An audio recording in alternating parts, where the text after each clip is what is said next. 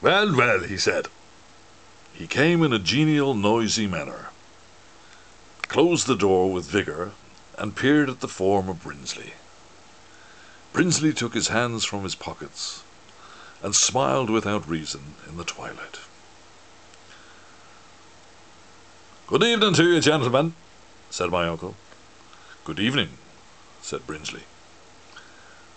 "This is Mr. Brinsley, a friend of mine," I said, raising my shoulders feebly from the bed. I gave a low moan of exhaustion. My uncle extended an honest hand in the grip of friendship. "Ah, Mr. Brinsley, how do you do?" he said. "How do you do, sir? You're a university man, Mr. Brinsley." "Oh, yes." "Ah, very good," said my uncle. "It's a grand thing, that. A thing that will stand to you. It is, certainly. A good degree is a very thing to have. It's a very nice thing to have. And the master's hard to please, Mr. Brinsley." "Well, no. As a matter of fact, they don't care very much." "Do you tell me so? Well, it was a different tale in the old days. The old schoolmasters believed in the big stick. Ah, plenty of that, boyo." He gave a laugh here in which we concurred without emotion. "The stick was mightier than the pen," he added, laughing again in a louder way and relapsing into a quiet chuckle. He paused for a brief interval, as if examining something hitherto overlooked in the interior of his memory. "And how is our friend?" he inquired in the direction of my bed. My uncle leaned over towards Brinsley and said to him in a low, confidential manner, "Do you know what I'm going to tell you? There is a very catching cold going around. Every second man you meet has got a cold.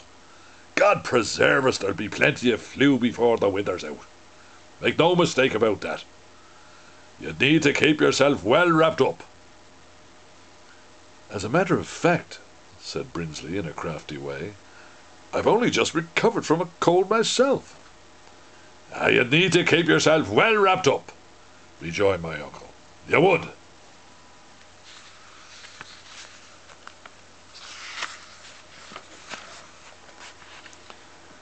Here there was a pause, each of us searching for a word with which it might be broken.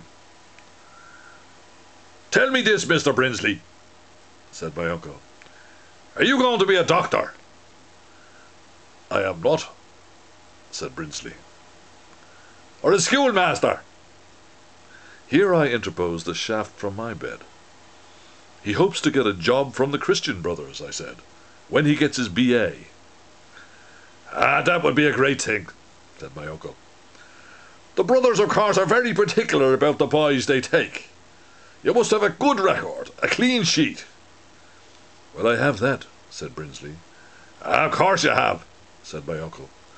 "But doctoring and teaching are two jobs that call for great application and love of God. For what is the love of God but the love of your neighbour?